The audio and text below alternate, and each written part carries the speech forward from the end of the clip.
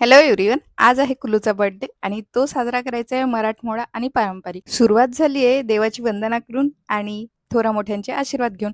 कुल्लू आज खूप खूप खूप खुश होता, कारण की त्याचा बर्थडे होता आणि त्यांनी सकाळी रात्री खूप सरप्राइजेस घेतलेले होते. तर आज त्याचा वाढदिवस जरा हटके म्हणजे पारंपरिक होता. त्यात फॅमिली मेंबर्स सगळे आलेले होते. आजी-आजोबा आलेले होते. त्याची बहिणी आल्या होत्या आणि त्याची मैत्रीणसुद्धा आलेली होती. सगळ्यांचा एकत्रितपणा करून त्याचा बर्थडे सेलिब्रेशन करणार होतो. आजी-आजोबा म्हटल्यानंतर नातवाचे लाड होतच.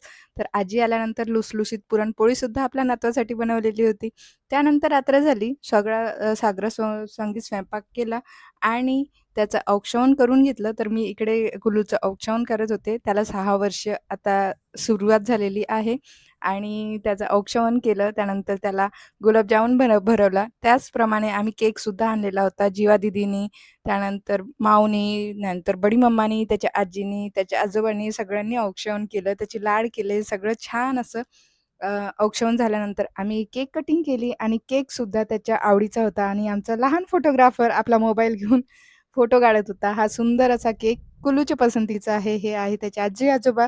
त्यानंतर खूप सुंदर असा स्वयंपाक केला होता. त्याच्या आवडीची लुसलुशीत पुरणपोळी, मऊसूद गुलाबजामुन आणि शाही बासुंदी, सोबतीला झणझणीत छोले भटुरे आणि भजी, छान कुरकुरीत अशी कढी, त्यानंतर बटाट्याची भाजी, असं छान असं साग्र संगीत स्वयंपाक आणि कुल्लूला मग त्याच्या बहिणीने भरवलेलं. त्यानंतर आम्ही सुद्धा जेवून घेतलं. असा होता कुल्लूचा बर्थडे. आय होप तुम्हाला आवडला असेल. भेटूया पुन्हा. Bye bye.